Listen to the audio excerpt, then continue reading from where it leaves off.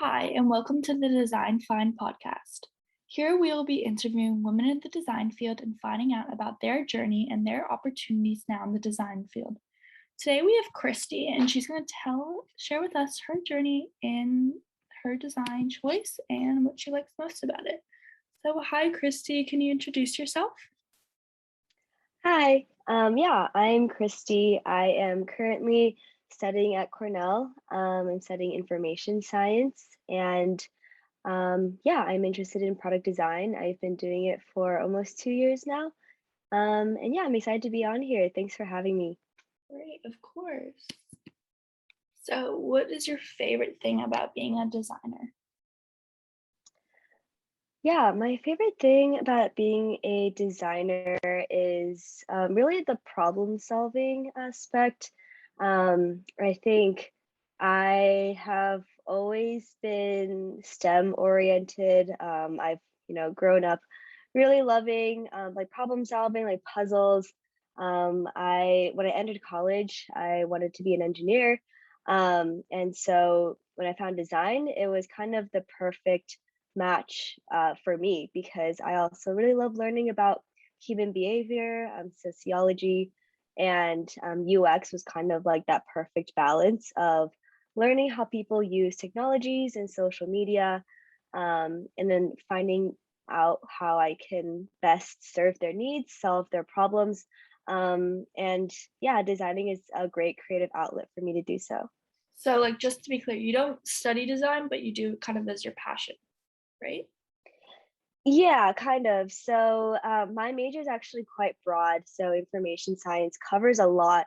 And people who study it here, they go into all sorts of fields. I do concentrate in UX though. So I do take a couple of classes, but um, yeah, my school isn't really super known for UX design. So it's a little bit harder for students or designers here to kind of learn design, through academia. And so, yeah, I would say that a lot of what I've learned is kind of outside of school. Cool. So what are like your favorite things that you've done outside of school that just shows like, wow, there's like so much opportunity in the world? Yeah, so I think one of the things that I really that really I think transformed the way that I thought about design is when I did like a ton of hackathons the summer after I found out about design. And I really just loved kind of like learning about more about design, like learning from other designers. And so I took on one project that actually became a startup because we just really liked the project, and it was called Cumulus. It was like an ed tech startup. um, so being the sole designer on that team gave me a lot of ownership, especially, as a new designer. So that was like very scary, but it also, I think, led to tremendous growth in my design career. And so that was like one project that I really enjoyed. And then since then, I've worked on a couple of products in the Cornell community. So I've been working as a designer on Cornell Design and Tech Initiative, where I worked on a couple of projects that Cornell students use. Cool. So what is like, do you think the design field is like at Cornell? Like, would you recommend it, or kind of like, do you think you were at the right place for design, or do you like Cornell for different reasons? Yeah, so I think that that's it's a really good question because I I didn't think that I'd end up at Cornell, and I also didn't think that I'd end up doing UX design. I went into Cornell because they had a great engineering program. I wanted to be a civil engineer, and Cornell is great for that. I've always, I'm from LA, so I'd always wanted to go to the East Coast and experience New York. Um, and so I think Cornell was great in that sense. And then switching into design, I was a little bit apprehensive because, yeah, Cornell is not really known for UX design. We have a great CS program, but I think not so much for just design. So I was a little bit worried, but it turns out that there's a really, really great design community here. So even though we don't have a ton of design-oriented courses, I did find a lot of like camaraderie with the people I took classes with. I found a lot of really cool designers in the design organization that I'm in right now. So I feel that that's kind of I am where I am supposed to be, and yeah, I'm just like really grateful to get to learn here. Great, what a great response. Um, so what do you think your style is in terms of design? Ooh, my style. We're going into more like what Um, type of things you like to do. Like what colors, what shapes, what do you like to do? yeah, so I am actually not super into like visual or graphic design as much as I am like UX design. But I will say that I think my style is leaning towards clean, minimalist. I My portfolio is kind of has like a lot of um like pastel colors.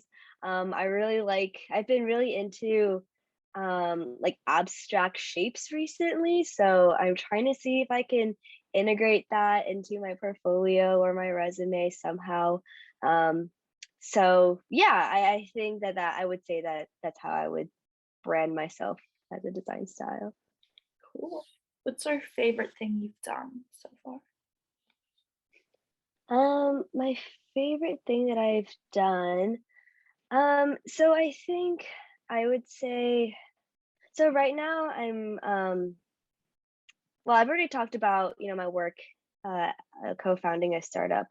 But I will say now that I am, going into like my second year of really being a product designer, um, I would say one of the most gratifying things is kind of like giving back to the design community. So, currently I'm the design lead for the Cornell Design and Tech Initiative, which is the organization at my school. And even though I'm not actively designing there, like currently, um, being a lead and kind of watching or being like, just like learning from other people, getting to mentor new designers has been a really incredible experience for me because I was in their position like last year. And so kind of seeing their growth is really great. And I kind of get to tell them about my own experiences um, and get to mentor them. And so I think that that is probably one of the greatest like opportunities I've had so far. Learning and teaching people. That's super. Because then you Yeah. know that like you're really good at it if you're able to teach someone.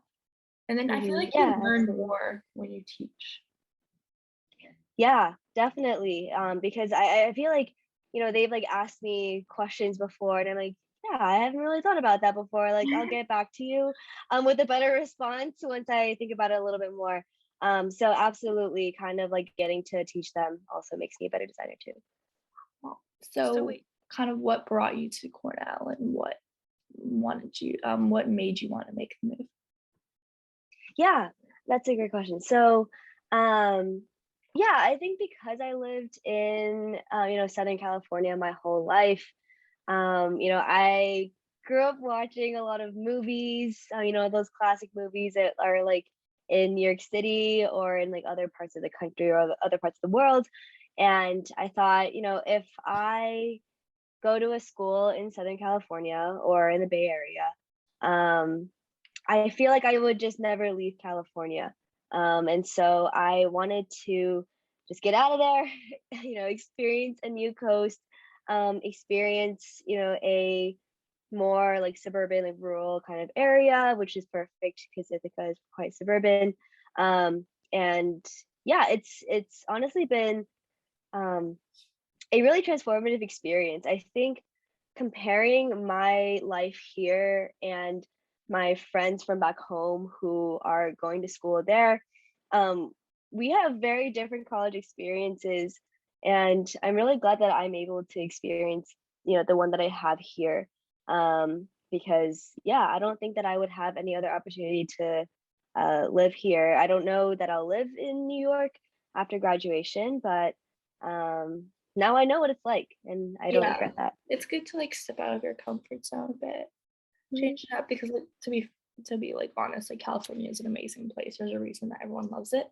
So like there Yeah, wasn't a reason for you to like be pushed to leave, but it's just like if you knew you stayed, you'd always stay. yeah, And you'll exactly. appreciate it more when you're back. Hmm. Yeah, absolutely. So how was the whole pandemic experience with you? While like you're doing online school and trying to find design, like how'd you deal with that? Yeah, so that was really hard for me because right when the pandemic hit, that was when I was just first starting to learn design. And so when everything went online, I was taking a design course at the time, so that went online. And that was, I think, like really hard for me because, when you are switching careers, the first instinct is probably to talk to people who are in that field and who could answer your, millions of questions. And I couldn't do that anymore. I was back home living with my parents, feeling like I'm like in high school all over again. Um, and I was trying to make this huge career switch just alone in my room. So that was, I think, really hard for me. But luckily, there were so many resources online. So, I took to LinkedIn, found a lot of designers on there. I joined a lot of Slack communities. The following summer, I talked briefly about all the hackathons that I did, and that's how I met a lot of people, like online hackathons. So that's how I met a lot of designers that way. So I think, in some aspects, I think the pandemic has given me the opportunity to, take advantage of these online opportunities that I maybe wouldn't have. And I wouldn't have met all these people from different parts of the world, and gotten to learn from them. So, yeah, I think that I was pretty well positioned in terms of learning design on my own virtually. Cool. What stage do you describe yourself now in terms of the design field? Yeah, I would definitely still call myself, a definitely like a new designer, I would say. I think that there's still that so much growth that needs to happen for me. Um, I think I don't know. I feel like it's hard because I did talk about how I am a design mentor for new designers at my school. At the same time, after doing my internship, I was like, wow, there really is a lot that I need to learn. Because after graduation, when I start working in a company, I am going to be, a very new, like inexperienced designer. Um, and so it's like a little bit interesting to balance that. And so yeah, I think yeah, I'm going to keep it at that answer. I think that there's still a lot that I need to learn, which makes it, I think, really exciting for me. Cool. Um, what's like your biggest achievement? But that could be anything in life. Like, do you do any other hobbies or things you like to do outside of what we've talked about? Or it could be something in design. Um, yeah, my biggest achievement, I would say, I think it was a really cool opportunity for me to work on that startup. Um, maybe I'll talk a little bit more about that. Yeah. I've thought a lot about, or I am still thinking a lot about how the tech industry is still very far behind in terms of diversity and inclusion. That was kind of the main motivator for starting that project, because everyone on my team, we are um, you know uh, underrepresented minorities in the tech industry, and so we were just talking about it. We're talking about experiences, and we thought, we hadn't learned about our fields that we're interested in until like late in college. And so why don't we try to help to give underrepresented minorities that opportunity to learn about these fields earlier on. And so that was kind of the main motivation for working on this in the tech space, in the education space. I've also always been interested in ed tech too. So kind of combining those two interests into creating this product was a really cool experience for me, because it really showed me early on that if there are issues and problems that I am passionate about, I could really use design to help to make that change. Even if it's a very small incremental change, I think it was really, really great to kind of experience that. And even though our product didn't end up coming to fruition, uh, I think it was a good starting point for me. And it was a cool moment. We had like little moments of getting or starting an online community where high schoolers can meet with each other and to kind of like tell them about opportunities in the tech space. Even just like achieving those milestones, I think that was really, really cool. Do you still do that? Yeah, so we're actually in the process of sunsetting it right now. So we worked on it for a little bit more than a year, but just because a lot of the members of the team are at different points in our lives. We are all like either working full time or students. We just felt that we couldn't handle it in this moment in time, but who knows? Maybe we'll pick it up again in the future. Cool. So what's something that people don't know about you? Oh, something that people don't know about me. Mm,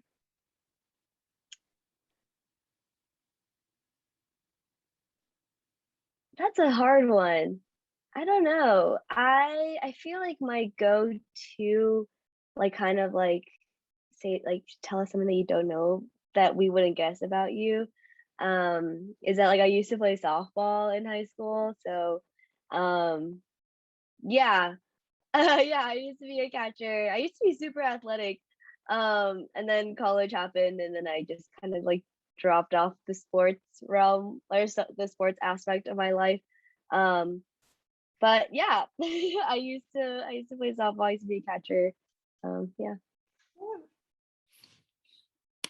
Um, what is the most underrated trend or like idea in the design field? Ooh, underrated trend. Um,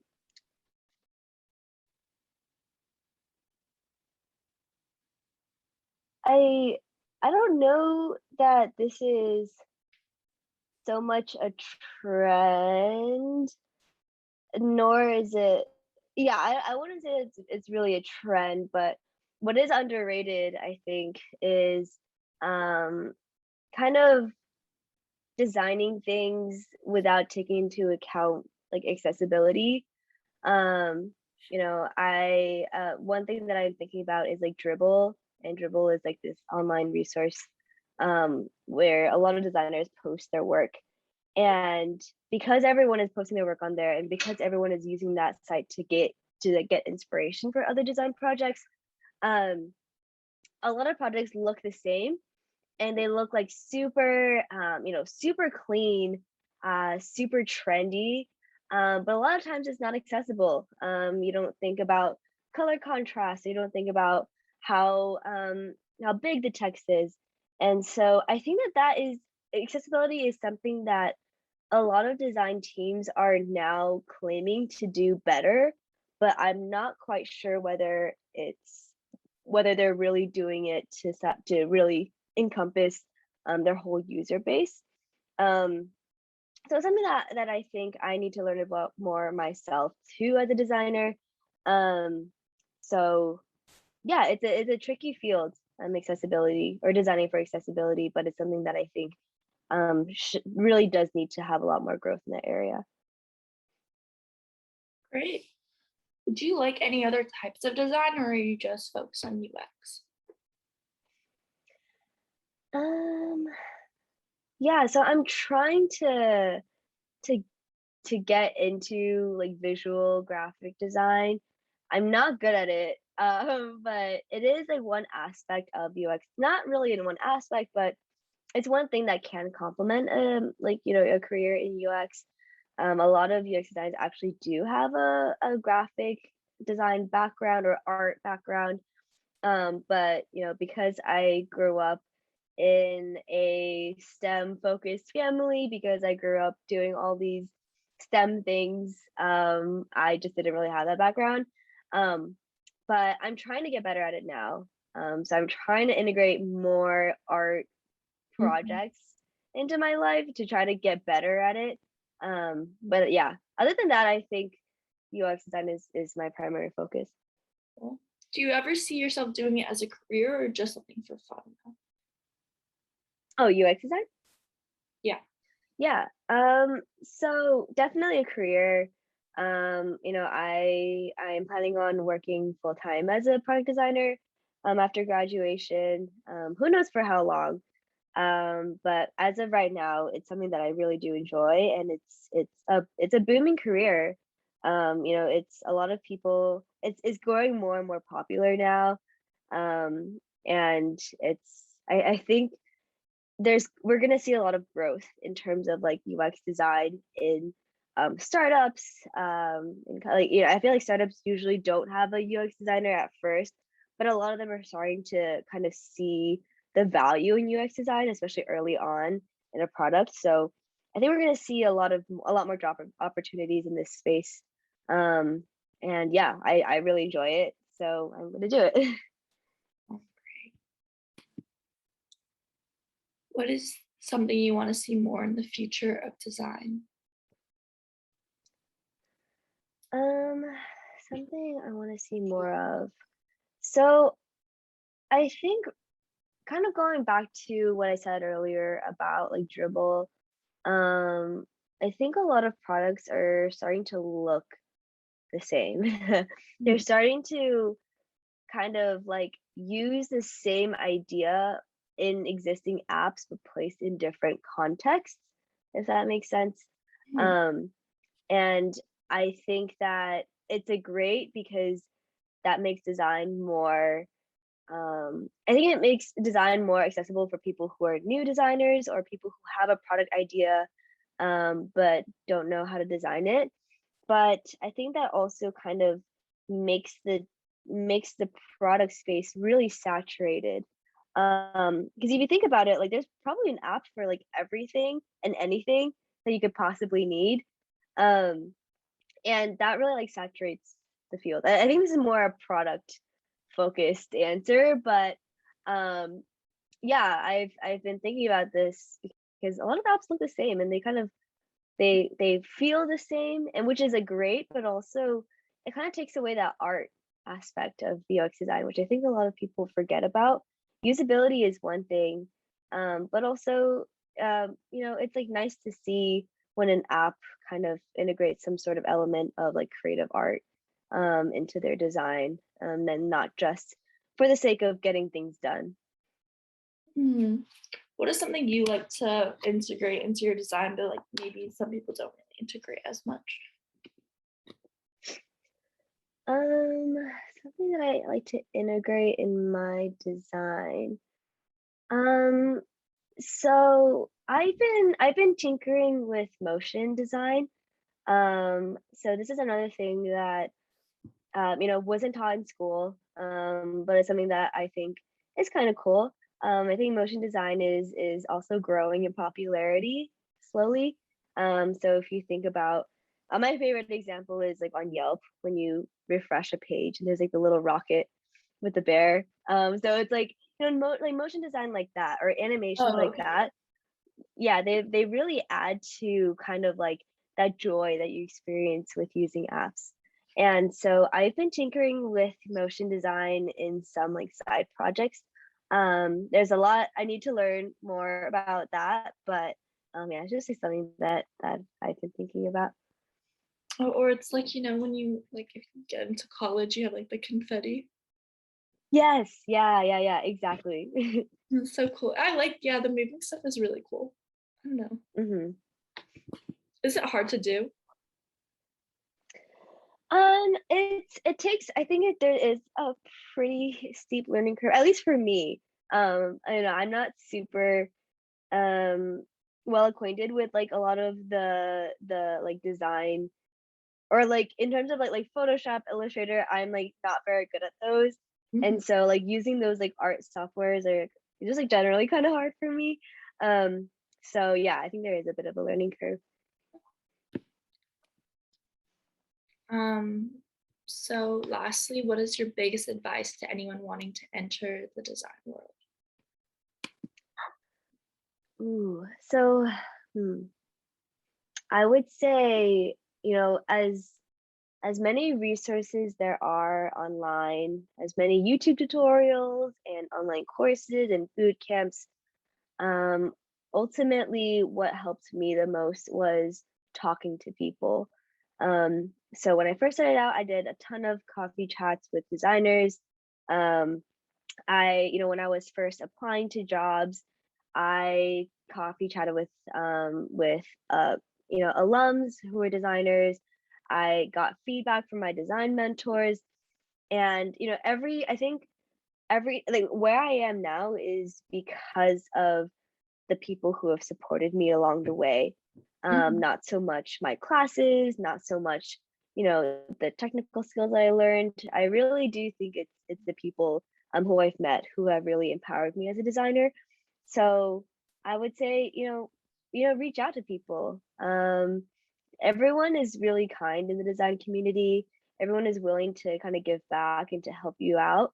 So it's on you to make that first step, to potentially uh, you know um, just elevating your design career.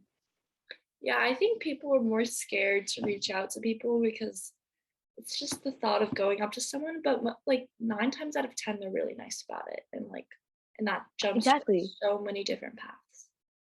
Yeah, absolutely. Yeah. Mm. Okay, so where, like, do you have like an Instagram or a LinkedIn where people can find you or contact you?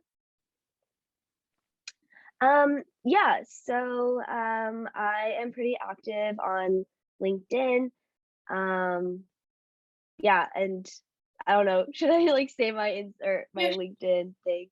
yeah, Um, yeah, it's just Cristie Huang, so CristieHuang. You should be able to find me that way. And yeah, you can just shoot me a message, and I'm more than happy to, coffee chat with you if you're interested in UX design, or if you have any questions about getting started, or how to how to apply for roles like internship or grad or new grad roles. Yeah, feel free to message me. great. Thank you so much. Yeah, no, thank you for having me. This is fun.